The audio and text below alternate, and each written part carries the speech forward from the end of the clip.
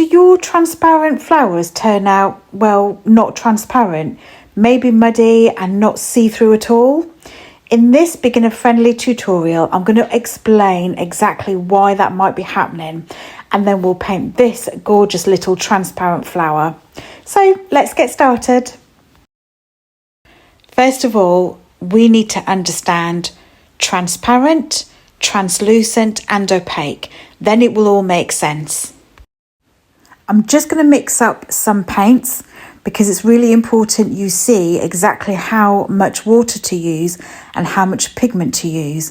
The first one that I'm going to paint is the transparent, and as you can see here, I've used a lot of water and just a very little bit of pigment, and I'm going to paint over the word transparent with the first layer. So in case you didn't know, the majority of watercolours are transparent. So what does the word transparent actually mean? So transparent watercolour allows the light to travel through the paint. Think of it like glass. It's see-through, there's no obstruction. So as you can see here, the word transparent, you can still see the word pretty clearly. I'm mixing up some more colour, adding in a bit more pigment, so then I can explain translucent to you. Translucent is where light still passes through, but it's diffused, it's like slightly blurry. It's like frosted glass, you can't quite see through it.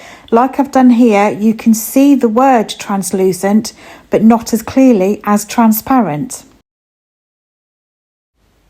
Let me explain opaque. As I'm mixing up some more colour, I'm adding more and more pigment, but this time not as much water. So let me explain opaque. If it were a glass and that was opaque, it would block light completely and you would not be able to see through it at all. Even though I am painting over the word opaque, you can still see it very, very slightly. And that is just because of the paint that I'm using. I wanted to stick with the same colour, but hopefully you get the idea between the three. And I want to add on a second layer to each of these to show you, to explain to you why your transparent flowers might not be working. So I'm going to quickly just dry them using a hairdryer. I'll speed this bit up.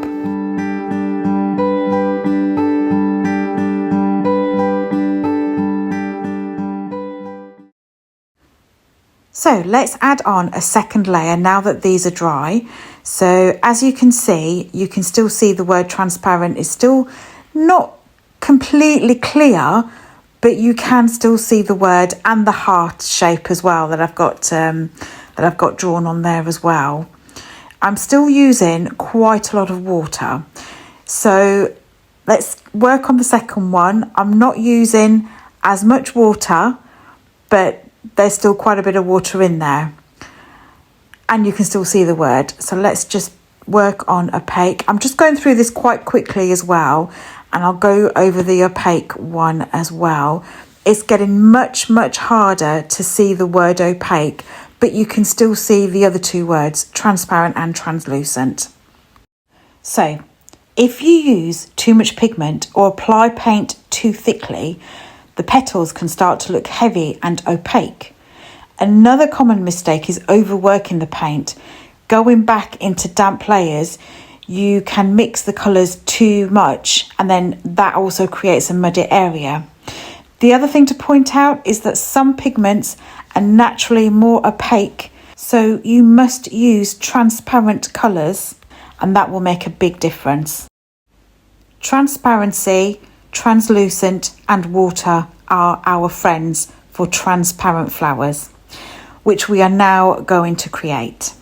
And I've stuck with Quinocridone Red, and I think if you are an absolute beginner and you really want to create your own transparent flowers, start with Quinocridone Red. I definitely recommend that first. So all I'm doing here is just creating really nice petals. I'm creating a second petal in exactly the same way, but as you can see, it's not touching the first one.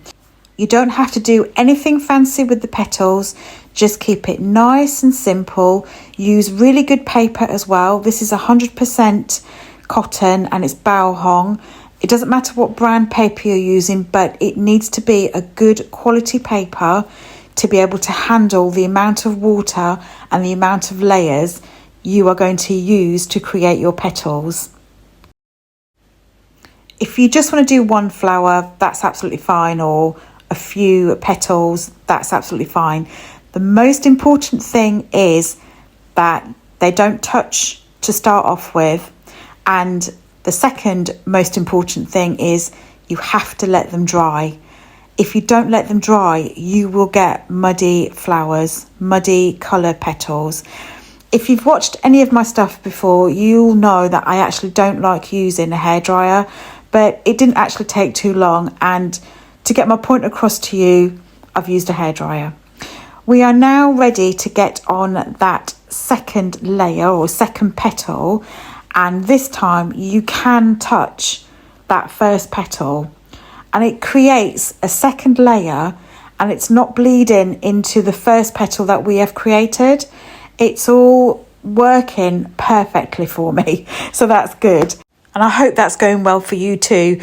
Or if you're watching first, try it and then let me know in the comments how you got on when you do eventually try it.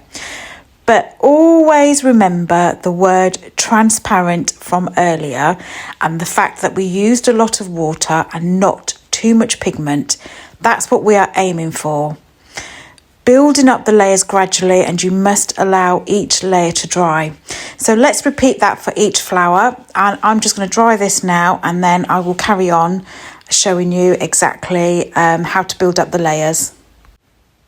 So I've added some more pigment and creating another layer, another petal, and it's not bleeding into the previous petal, and therefore it won't become muddy.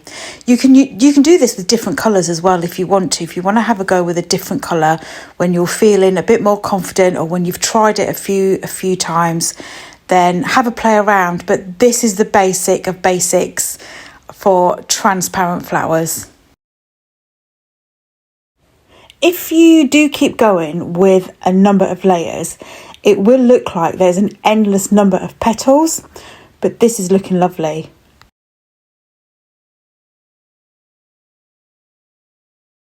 You can play about with the petal shapes as well, or draw the petals first and then colour them in.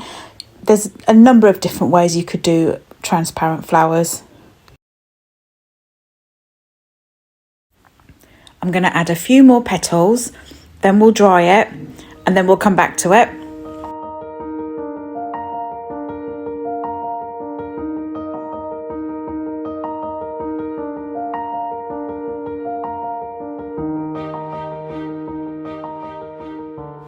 I've just mixed up a bit more colour, and let's give it a stem. And this is where you can go a touch darker and the stem will stand out really nicely. You don't have to be perfect, they don't have to be straight. In fact, sometimes it's easier if you just do it. So is this one flower or is this two flowers? I'll make it into two flowers. We'll give it two stems and make it two flowers. It's entirely up to you how you want to do yours, but this appears to be two flowers, I think.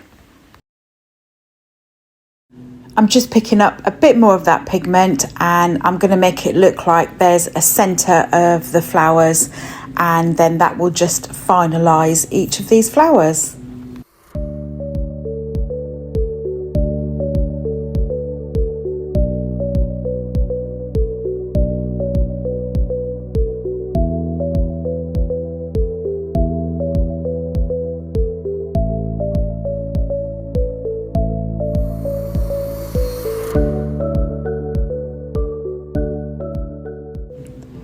I hope that makes a bit more sense for you now, and the things to remember for creating transparent flowers is use a lot of water, make sure each layer dries before you add on the next layer, and water is your friend, and you want to make sure you use transparent colours and not opaque. If you get stuck, or if anything doesn't make sense, by all means, leave me a comment and I will get back to you. But I hope you give this a go and believe that you can create transparent flowers because they are gorgeous. I hope that's all okay for you, and I will see you in the next video. Take care. Bye.